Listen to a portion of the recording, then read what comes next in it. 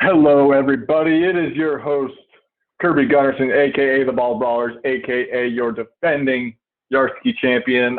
We are here for the Week 11 Yarscap. I am here, as always, with my co-host, Zachariah Earlbeck. Zach, how are you doing in that white hat of yours? I'm doing good, Kirby. We went to the casino last week. We had a good time. We watched all the games. We did a little gambling. I even threw a little nugget at the end of the last week's podcast that I would buy everybody a drink who basically texted me a fire emoji, and basically I got yours. So that'll teach others not to listen to the podcast. I know. I mean, you would think that some free gambling, some free alcohol would get some people to come see us, but I guess people don't listen to us as much as we thought. But you know what? Screw them, and we'll just keep kicking ass and taking names. Maybe we're just, talking to each other, but either way, that's okay. We're doing it for each other. We're doing it for the people. So, but I guess the big question is, you had a must-win game last week. Yeah, how you feeling about that big victory? It was a very nervous one. I'm not going to lie. It was a very contentious matchup with Jared. I thought I had the better team going in, but it was very scared to leave it shortly. I guess we'll jump around a little quick. I'll dive into last week's matchup and kind of break that down really quick. So as you said, we were all at the casino watching the games. We wanted to sign up for the sports gambling, and all of a sudden we were you, Bill, and Josh kind of had a vested interest rooting for me just because we want the last playoff spot to be interesting. All of a sudden, Jared sends you text like, so how much is Kirby tilting there after Aaron Rodgers scores his rushing touchdown? And in all honesty, I was not necessarily upset. I was kind of just like, okay, my chances were a long shot to even have a chance. I was defeated, but not necessarily mad about it. Well, and then go ahead. First, tell them what the projected difference was, because when you were checking the projected after, it probably was right after Rodgers rushed that touchdown. And how much were you projected to lose by at that point? So I believe before the week started, I was projected to win by 2 points. After the Colts defense played, the Colts defense was sucking, and then all of a sudden they get a blocked punt return for a touchdown against my Titans. So that's an extra knife in the heart for me. And so Jared was projected to win by 2 or 3 points going into Sunday. My noon o'clock slate started rough with a capital R.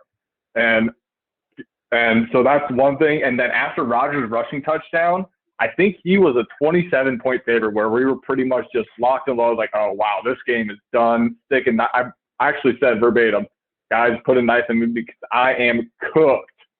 And it was a very rough, right before halftime, it was a rough slate for me, but all of a sudden, the number one, my toughest start-sit decision was DeAndre Swift or I can't recall who my other running back was that I was thinking of off the top of my head. It wasn't Rojo, because I remember he balled out too. I can't think off the top of my head, but I know it was someone that didn't end up performing to him. It was Gio, wasn't it? It was Gio. It was definitely Gio, because Gio's been absolutely balling and was mixing out, and Gio only ended up with 5 or 6 points, I think, against Pittsburgh defense. But I decided to go with DeAndre Swift, and he absolutely balled out. And the number one thing that bailed me out in the Packers-Jaguars game alone, Jared had 3 of his players' touchdowns get called back for penalties. Robinson twice and Aaron Rodgers once. So between those 3 penalties, he had Devontae Parker get a touchdown overturned, and between DeAndre Swift and DeAndre Hopkins, I'm all about DeAndre, Team DeAndre, baby.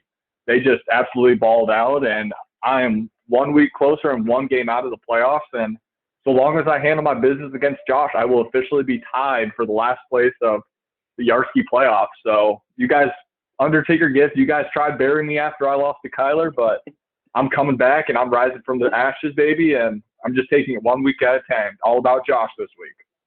And, we're in the casino, and they've got like 1,000 TVs going on. And it was like, you said that, you're like, stick a fork in me, I'm done. So then it's like, oh, crap. And then, like we kind of knew who you had going. So then every time we'd look up, it was like, oh, DJ Chark with a big reception. Oh, DeAndre Swift just scored a touchdown. So it was like slowly you were gaining momentum. You're like, oh, it's getting closer. Oh, it's getting closer. So it was fun to watch. And Jared went from like, feeling really good about it to to being really pissed off that some of those touchdowns get called back to being really fucking pissed. So it was a lot of fun to watch kind of the full swing of momentum there. So that was a blast. And like you said, as a Yarsky member, wanting to keep kind of that roll going, wanting to keep things tight and interesting down the stretch, it was good for the content. So it was a good result. Yeah, no, absolutely. And it was an absolute blast doing it there. And we've talked like in the future, we're going to try and make that a more regular occurrence just because the atmosphere is so much fun. You can get $2 bottled beers, which is a hell of a deal come Sunday. And when we signed up for DraftKings, it was just a good time had by all. We're making bets on the Masters. We're doing a whole bunch of miscellaneous. Getting screwed over by the tee placement on number 17 Masters Green. But you know what? We ride together. We die together. We're bad boys for life, baby. So it was a good weekend. It was a good Sunday had by all. So let's jump into some of the trades and the pickups that we had. So I'm actually going to give you a twofer. First thing I'm going to lead off with was your pickup of Taysom Hill. So obviously Drew Brees got hurt last week with broken ribs, broken punctured lung. And the one interesting thing, and we actually talked about this before the waivers were rolling forward, is Taysom Hill is projecting to be the tight end, but could be playing a lot more time at quarterback as a wildcat. But he has tight end eligibility. So do you want to touch base on that really quick? Yeah, I mean, the tight end landscape outside of Travis Kelce is basically a dumpster fire, right? So, the whole time, the fact that Taysom Hill could be playing quarterback, but you can put him in your flex spot, in dream world sounds almost too good to be true. So you kind of texted me and you were like, dude, I know I'm already ahead of you in waivers, so I'm going to tell you what I'm doing. You're like, but I'm going to pick up Taysom Hill and roll with this Taysom Hill situation. I kind of like, damn it, that would be kind of fun to have basically a quarterback in your tight end spot. And and then all of a sudden I see, which I know we'll get into, but all of a sudden, let me back up a little bit. So what I did was prioritize my waiver picks to basically grab a defense and then basically I put a claim in Taysom Hill just in case, you screwed it up or something happened on your end. So it's like, well, I'll throw one in there just in case something happens. So all of a sudden I see a trade between you and Ross, which we'll talk about, for Darren Waller. And I was going to text you and say, what does this do to your Taysom Hill waiver pick? But I was like, I don't want to jinx it. So then I flipped Taysom Hill to my top priority and the defense to the second priority. And sure enough, he got all the way through. So I don't know if I'm going to have the cojones to start him right away. I want to. If I was playing Axman or Sapp, I totally would. But this week against Schultes is a big game, and I'm still chasing Pooty for that bye week. So I don't know if I've got the cojones to start him, but it could be maybe potentially a difference maker at the tight end position. So we'll see. Yeah, no, and exactly like you said, and I guess we'll kind of just jump into that really quick. My trade with Ross, where we did Ronald Jones and Eric Ebron for Darren Waller. And so my whole rationale is right now, we kind of talked last week how one of the things that Schultes and Ross struggled with is having the RB depth, especially if their team has potential injuries. So that's one of the things where Ross saw Ronald Jones obviously go off last week. He has the potential for fumble history, but he had the fumble early in the game last week. I thought, for sure he's done, but he ends up staying with them. All of a sudden he knocks off close to 200 yards and a touchdown. And obviously Eric Ebron, who's been a good but not great tight end. And my whole rationale was I have my decent amount of stable of running back. I think Eckler's going to be coming back, not this week or next week, but potentially for the playoffs. And in the meantime, I have Kareem Hunt, Joe Mixon, Giovanni Bernard, and DeAndre Swift. I don't think I'm ever starting Ronald Jones. And so my thought was to package those two for a player like Waller, who, like you said, the tight end landscape is just an absolute hellhole on earth. I mean, good lordy. But my rationale was Travis Kelce is a tier above everyone else. But then I think Darren Waller might be in the second tier all by himself. And after that, maybe Mark Andrews joins him. But after that is just a dart throw of hoping a player can land. So my thought was potentially trade some of that running back depth and my good tight end to try and give myself a locked and loaded starter for the rest of the year and hopefully can propel me to a few more wins for the rest of the year.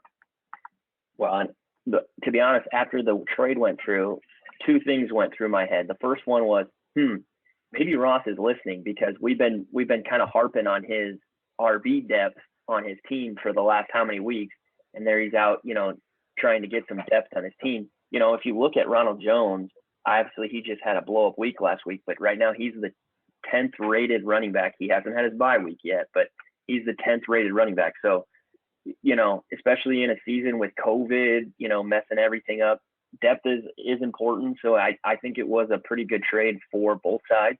But talk to me about what it's going to be like having a set it and forget it tight end, because like you said, I think there's really two of them. It's Kelsey and it's Waller. I'll be honest with you, if we would ask Bilt about Mark Andrews, who's probably the third, I don't know if he feels that great about Mark Andrews right now either. So talk to me about what it's like to have a set it and forget it tight end. Honestly, it's a great feeling. I mean, one of the things that I've tried struggling with is week in and week out, you want to have players that are obviously good at each position, but you don't want to sit there and twirl your thumbs too much, like, oh my God, what the hell am I going to do in this matchup? And with the tight end landscape, so much of it is based upon matchups and how the team is playing. And the Steelers absolutely crushed it last week and they killed it. But the thing is, they have three other good receivers that are all potential top 20 receivers, and Ebron's the clear number 4 on that list. And James Conner has been struggling, but if he might not continue to struggle too much more. And if he all of a sudden starts turning it on, all of a sudden Eric Ebron's the 5th option on that team, and there's only so many points the team can truly score. So with Darren Waller, I have the number 1 passing option, the number 2 total option in the Raiders offense, who obviously it's not the greatest offense, but they're pretty dang good. They've been getting some W's. So my rationale was give me some volume, get me some guaranteed production, set it and forget it tight end, which is hard to come by. And hopefully I can just make by and don't get hit with the injury bug too much more at running back so I don't have to pay for it. Sure. Yeah, I mean, I think you nailed it right there. You've got basically a positional advantage at tight end going forward, and that's going to be huge for you down the stretch. So I think it was a good trade for both of you. Yep. Okay, for sure. And then last deal that we're going to talk about, the number 1 point of contention today on November 18th, which absolutely blown up the group chat, which we obviously love, was your trade with Jared. So obviously there were some smaller nuanced pieces. Devontae Booker and Devontae Booker and the Vikings defense were thrown in, but the key items was Michael Thomas for Deontay Johnson and Bobby Trees, a.k.a. Robert Woods. Do you want to give me a little bit of your rationale? I know we discussed a little bit before we started recording, but kind of give us your high-level overview of the dialogue that you guys had. Yeah, so basically, I chimed into Jared today, and I said, what's the price for Michael Thomas? The thing is, now that Drew Brees, first of all, Michael Thomas, since he's been back, hasn't really looked like Michael Thomas, which is strange. I don't know if some of those injuries are still nagging. I'm not 100% sure. So he hasn't looked like himself or like last year's Michael Thomas. And then the next thing is all of a sudden Drew Brees is out for who knows how many weeks, and Jameis Winston is quarterback. So there's some unknown there that creates a little risk. So I knew Jared needs to win now. He needs kind of proven, no question about it, assets. So, I knew that would help me a little bit. At the time when we were talking about it, he was looking at basically him, Michael Thomas, and Tyler Lockett. And Tyler Lockett plays on Thursday night. He was questionable. So he was going to have Michael Thomas, who was kind of an iffy question mark, and then Tyler Lockett, who he didn't even know if he was going to play. So, he gets 2 pretty reliable sources. Deontay Johnson's looked really good. And, I love Robert Woods, even though I traded him twice. Traded him away twice, but I love Bobby Trees. So I think what it turned out to be is if he needed something a little more proven, and I had the time to wait and cross my fingers that Michael Thomas bounces back and looks like the Michael Thomas of old. So that's kind of like you said, the defense and the Devontae Booker, those were just throw-ins. I have Josh Jacobs, so I kind of wanted Devontae Booker, and he needed a defense, so it was just throw-ins. But everybody, it sure got the group chat going. I think everybody's kind of forgetting how well Jared's done in trades this year, and they're thinking of the Jared of old. So whatever, if it gets the people going, I'm not too upset about it. I think Jared's, if you look back at basically every trade Jared's made this year, you kind of he's been the winner in each trade. So, who knows? Maybe I got the short end of the stick. Yeah, exactly. Like you said, like people take everything out of context, and that's one of the things I enjoy about our league is the fact we refuse to ever have vetoes and all that stuff, because trades on the surface and all that stuff, they might appear unfair, but it's in the eye of the two owners, and if they want to make a deal, we're pushing it through no matter what, so long as it's not obvious collusion. And we thought it was a crazy deal when Jared traded away Lamar Jackson for Kenyon Drake and Matt Ryan. All of a sudden, Lamar Jackson, he's not even, to this point, a top 10 quarterback, and he already had Aaron Rodgers. And for the few weeks, Kenyon Drake was an absolute stud. And we also look at the deal where he traded away Aaron Jones for CEH and James Robinson. It's like, why are you trading away a top 5 running back? All of a sudden, Aaron Jones is out for a week or two, and James Robinson has been outperforming him. So in the end, we make fun of Jared for some of these deals, but you know what? He's absolutely been playing them well. I thought the deal that he made for cashing in on Aaron Jones was a good one. If it was personally me, I don't know if I would have been able to deal away with Michael Thomas, and maybe I would have tried a little bit bigger bite. But you know what? I've been proven wrong many times before. Bobby Trees, like you said, he's one of my favorite players too. He's a perfect guy that's going to be your wide receiver too, but it's never going to be your high upside guy. And looking at your team, if Michael Thomas doesn't pan out, you still have players like A.J. Brown and Calvin Ridley to rely on. So you have some depth at that position, and you can shoot for the upside, whereas Jared need a little bit more of a safer floor, which he's always going to get in Bobby Trees. Yep. Yeah, I mean, you nailed it right there. I mean, Bobby Trees is always that safe floor guy. He's been scoring touchdowns this year, which is crazy. So it's kind of elevated him.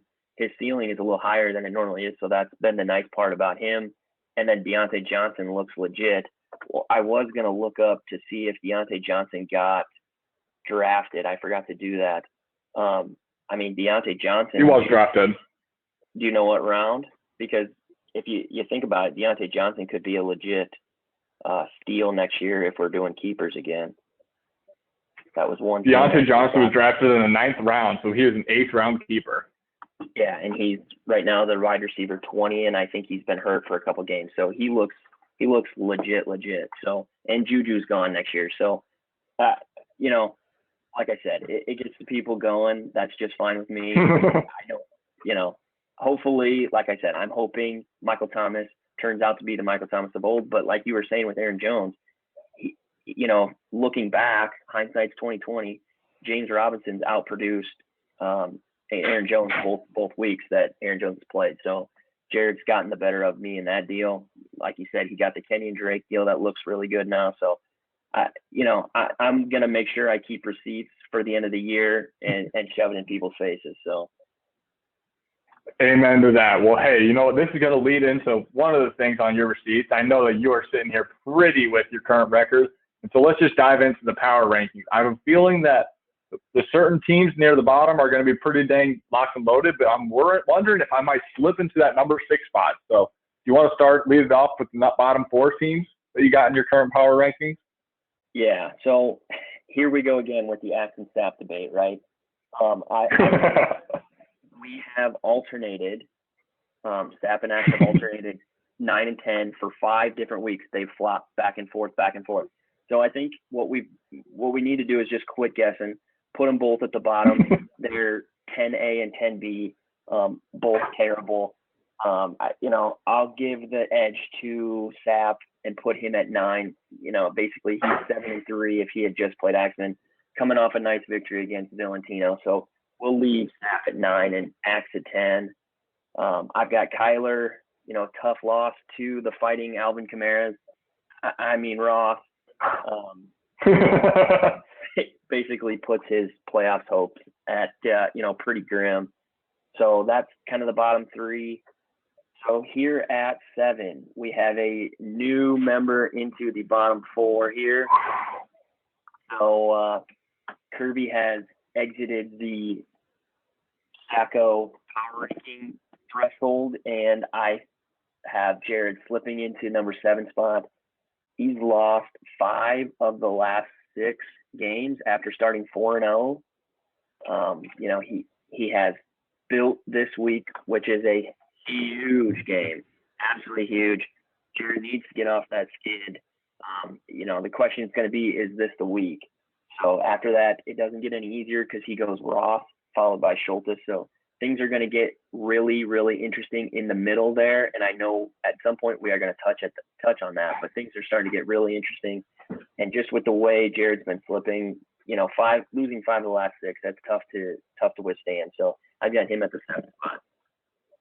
Nope, and I 100% agree. I mean, you pretty much have verbatim who I had at the bottom 4. I did move myself up into the number 6 slot just based upon how we played the last few weeks. Ever since Jared got that number 1 power ranking in the inaugural power rankings, he'll always have being that number 1 at the very first power ranking of the Yards Cap, but maybe that is his kiss of death right there. And so I think one thing that I am looking forward to at the bottom 2 is we have the Sap and Axe matchup next weekend, to see them play head-to-head. So not this weekend, but next weekend, the winner, I think the loser of that match should just automatically have the bottom of the Sacco standings until the playoffs start. So yeah. I'm looking forward to that matchup, and I'm hoping I can hold on to that number 6 spot at least 1 week more. So assuming I'm number 6, so let's just dive into your 6 through 4.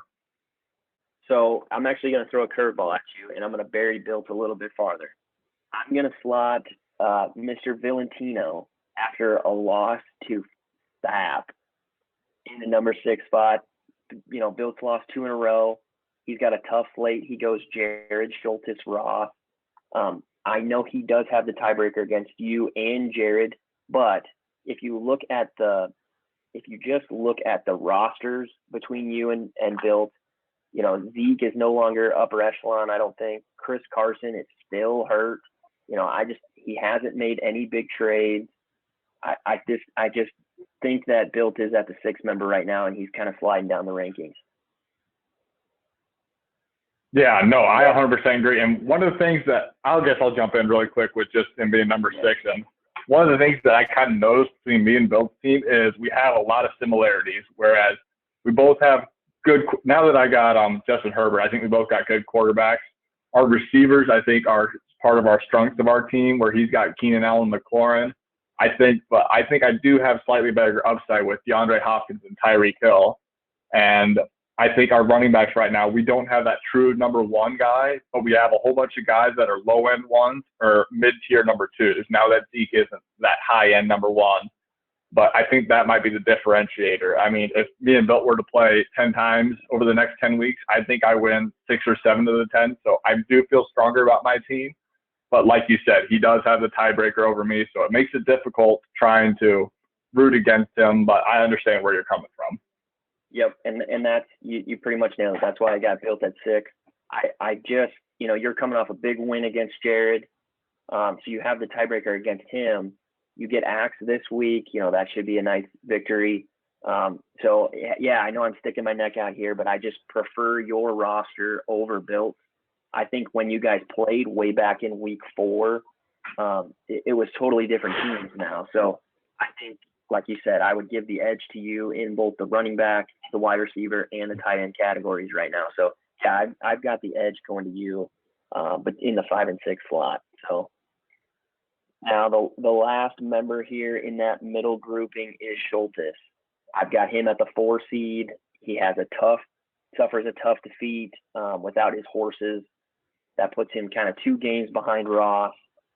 It sounds like CMC is going to be out next week, and he's got me, Jared, or me, Built, then Jared down the stretch. So, and I think one thing that you pointed out that I want to pass the baton over to you is how cool it is that the people in the middle of the log jam get to play each other down the stretch. So you want to highlight that a little bit? Yeah, that's one of the things I've noticed. Like me, obviously being just barely on the outside looking in, I'm looking at three teams in particular to see if I have any chance of overtaking. Bill, obviously, he has that tiebreaker against me, so he's the team that I'm hoping wins out the most, considering these head-to-head. But Bill, Jared, and Schultes all actually play each other one matchup for the rest of this year. So we have the Bilt and Jared head-to-head this week, and then Schultes actually plays both Bilt and Jared the 2 weeks after that. So one of the things I'm looking forward to is hopefully those two keep hitting each other, just demolishing each other's record, and hopefully that lets me slip by. Like you said, I have Josh this week, but my true competition, like as all these middle tier teams are battling out each other, I'm battling the bottom feeder and Josh, but then I'm battling two of the top dogs with you and Pooty. And like you said, my roster has had a whole bunch of turnover since the beginning of the year, where early in the year I wouldn't have a shot. Now I'm saying as long as I can shoot 500 against you and Pooty, I think I have a decent chance. And who knows, I potentially have a shot at sweeping it. So I'm putting all my chips in the basket with my starting lineup. If I have one injury, I'm cooked, but that's what we're going for. Yeah, and I mean that's basically what we were hoping for, is down the stretch things to get interesting. You know, we've got you at 4-6, who looks potentially like the best team. You've got 2 5-5 teams who are kind of reeling right now, and then you've got a 6-4 team who loses probably the best fantasy player in fantasy football for a while. So this is exactly what we asked for. Things were going to get interesting. You know, those teams in the log jams gets to play each other, which is going to make it even better. So yeah, I just think that down the stretch, these last 3 weeks are going to be really exciting to see how you four in the middle kind of parse it out there. So it's going to be a lot of fun watching that kind of happen. So yeah, no, absolutely. And I was about to say, yeah, the only thing separating me from these top tier teams, like I think you, Pooty, and Ross have, is that top tier running back. But the thing is, you can try and trade for some players like that, but there's certain players that you just are not going to be able to pry from other people's rosters. So there's only so much you can do when your draft order is near the bottom. You were aggressive and got Aaron Jones, which was huge. And so kudos to you. And now it's all about looking forward. And I'm hoping to gain positional advantages at other places besides running back. So yeah, that's enough of the rant for the middle of the power rankings. You want to just touch base on the top three? Because I know we got a three-way tie for the best record. Yeah, you know, you would think at 8-2 you would be, you know, sitting pretty good. You know, you gotta be in the bye. But here I am at 8-2 in the third seed of the power rankings, still fighting for a bye position. So things are pretty good at the top here. You know, I get CMC-less Schultes this week. Then I get Kirby, which is going to be a tough game, and then I get Sapp left on the schedule. So, you know, luckily the schedule thins out a little bit. It was kind of brutal there for me for a while, so it thins out towards the end, which is nice. But a big battle of the number 2 in the divisions this week with me and Schultes. So, and I'll be honest with you, I'm not sad to see Christian McCaffrey going to miss this week. I don't like that he gets Mahomes and Devontae. Well, actually, Devontae Adams said he's not promising he's going to play. I'm anticipating him to play, but boy, I wouldn't hate to see it. So we got a big matchup. I determine bye weeks and playoff seeding there. So for number 2, last week it's been Ross. The week before it's been Ross, and I'm going to keep it Ross here. Kamara carries Ross to another victory. I think he had 3 touchdowns.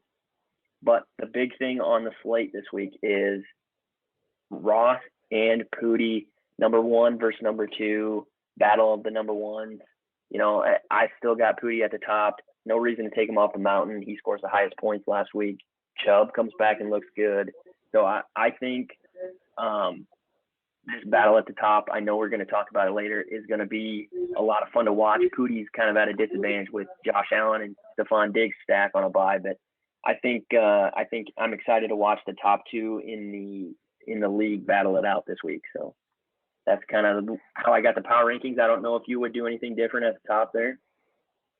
Nope, I think you pretty much hit the nail on the head. I think even, like, as you said, the top 2 teams are potentially playing this week, but like you said, Pooty obviously isn't going in with full horses, so even as a result of a loss, I don't really necessarily count it as a knock against him, but I did do one quick look up, and it looks like last year at this time, 7-3 was the leader of our division rankings at this exact same time, and that's where we had it with a comfortable lead. Me and Josh were both 7-3 at this time last year with division leads, so the fact we have 3 8-2 teams and you and Pooty are battling it out, it shows that thanks to the good contributions of Sap and Josh both sucking so much and being terrible, that there's a lack of parity in our league, and we can have 2 teams that are 8-2 in the same division just because we have 2 teams that are historically bad to start the year. So thank you very much, Shane and Josh. And since you're not listening, I don't care talking shit about you. So if you want to respond however you want, you can shoot a message to the group message, but chances are you're not even going to hear this. So fuck off. Yeah, I mean, so it is kind of crazy that I knew 8-2 typically. I didn't go back and look, but I knew 8-2 would typically have to have the 1 seed. But the fact that there's, and like you said, last year it was 7-3, and you had probably at least a game or a game and a half or 2 games lead on people. So this year to have 3 8-2 teams, 2 in the same division is kind of wild. So, and I know we basically, me and Pooty split, so we've got 1 loss to each other. So it's kind of crazy how it all shook out. So.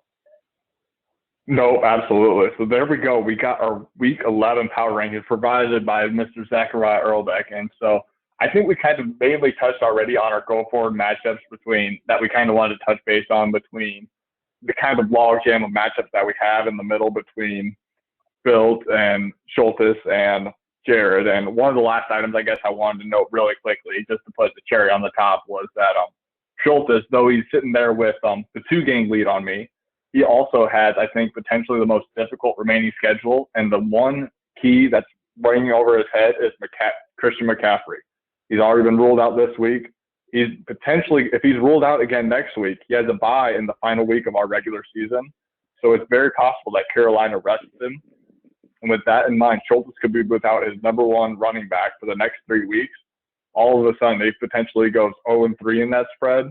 And I happen to go 2-1, we end up with the same record, and we've split the head-to-head, so the total points scored would end up being the tiebreaker. And right now, we're relatively close in our total points scored. So if he happens to go 0-3 and I go 2-1, all of a sudden I feel good about my chances. So right now, I am all about anybody that's playing Schultes and also anybody that's playing Jared, because Bill does have that tiebreaker for me. So he can win all he wants, but I am subject to change based upon this week's results. So whoever loses the Bilt versus Jared matchup or Sacco matchup, Bilt versus Sacco matchup, be warned, I might be trading high-quality players to your opponent next week to try and hedge my bets here.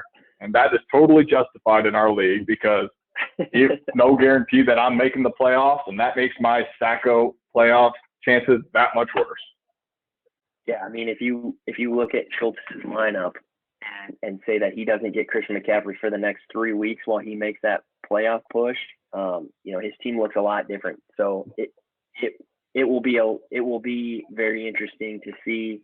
Like you said, basically we're guaranteed to have Schultes doesn't have Christian McCaffrey for 2 out of the next 3 weeks because he's out this week and he's got a bye. So even if he gets him for 1 out of the 3, his team looks a lot different without Christian McCaffrey in the lineup. So he's got to hold on and basically try to sneak his way into the playoffs and see if he can get CMC back for those last couple weeks. No, that's 100% true. All right, so we're going to finish up with our last 2 segments, our key matchup of the week and the upset of the week. Zach, what do you have for your key matchup of the week for Week 11? I'll be honest with you. I had a hard time picking just one. There's some absolute great games for this week. I mean, we've got Valentino and Jared in the heart, at 5-5, battling for playoff dominance, or basically to lock themselves into playoff. We've got the battle of the number 2s with me and Schultes, but I just don't think I can have a marquee matchup and not be the absolute heavyweight bout that will be Pooty against Ross.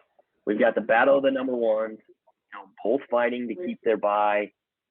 Like we kind of mentioned this already. Pooty's kind of at an immediate disadvantage because Josh Allen is on bye this week. He loses the Josh Allen, Stephon Diggs stack. So that obviously hurts him. But, he's basically got to keep winning because I'm breathing down his neck at both of us at 8-2. So for me, what I'm watching is I'm watching the absolute horses at the top. It's going to be interesting to see how those two do in a heavyweight battle. Yeah, nope, I 100% agree. That's definitely going to be a marquee matchup, and Ross already has the 2-game lead for the first round bye, which is absolutely vital because, as we know, despite you and Pooty also having similar records, is the division winners that get the bye. So even if you and Pooty finish with the 2 best records in the league, only one of you is eligible for the bye. And so that is an absolutely huge matchup on who gets there. And so I'm kind of abandoning the upset of the week segment here for just, I need to do a pick 'em between Built and Jared because this game has too much of an impact on me. I did a quick little review. The number one concern I have is the health of Chris Carson. If he's playing in Arizona tomorrow, I think I am doing an absolute smash on Bill's team. But obviously, that's no guarantee. But the one thing I'm looking at Bill's team right now, losing. I do think Jared lost a little bit of upside with not having Michael Thomas, but he still has players like Deontay Johnson going up against Jacksonville. It's a very tough one, but I'm going to end up giving the edge to Built for one reason and one reason only. I see that quarterback potentially being a difference maker. I see Russell Wilson going against Arizona and Aaron Rodgers going against Indy.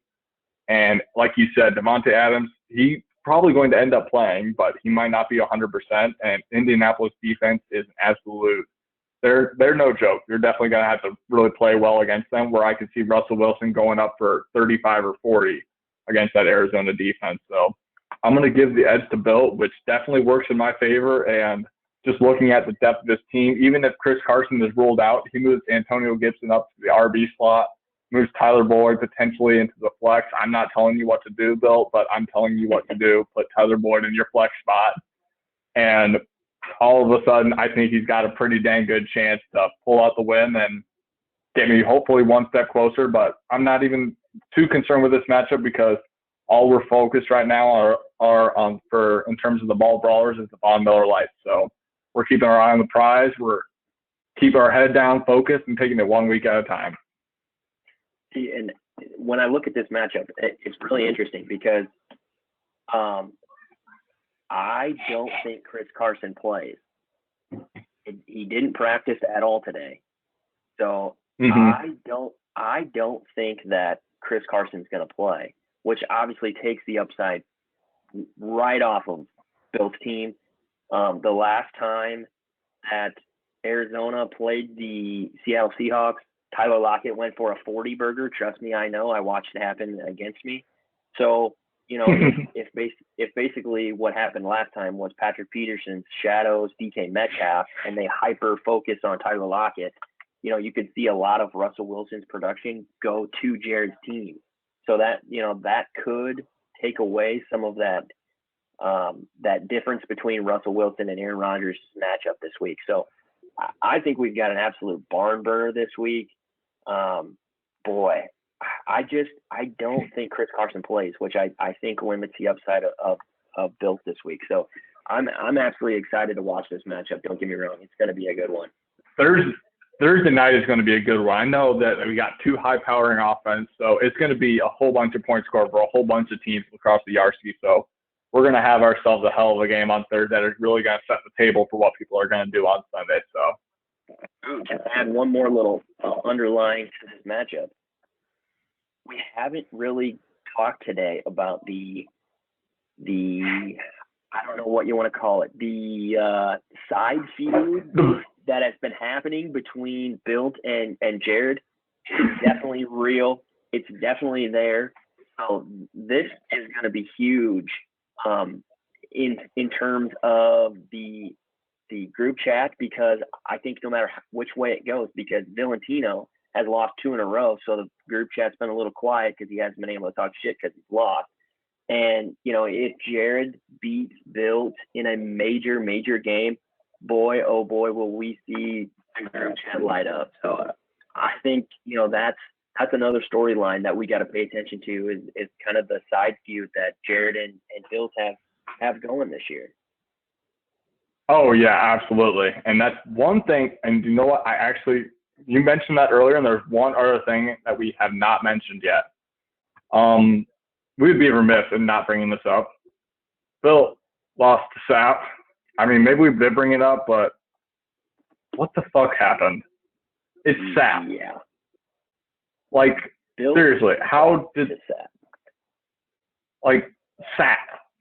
You know how many points he did not break 50 on me. Like Sap averages 89 points over the year. Like, what the hell, Bill? Like, I know we were with you on Sunday, but like, really?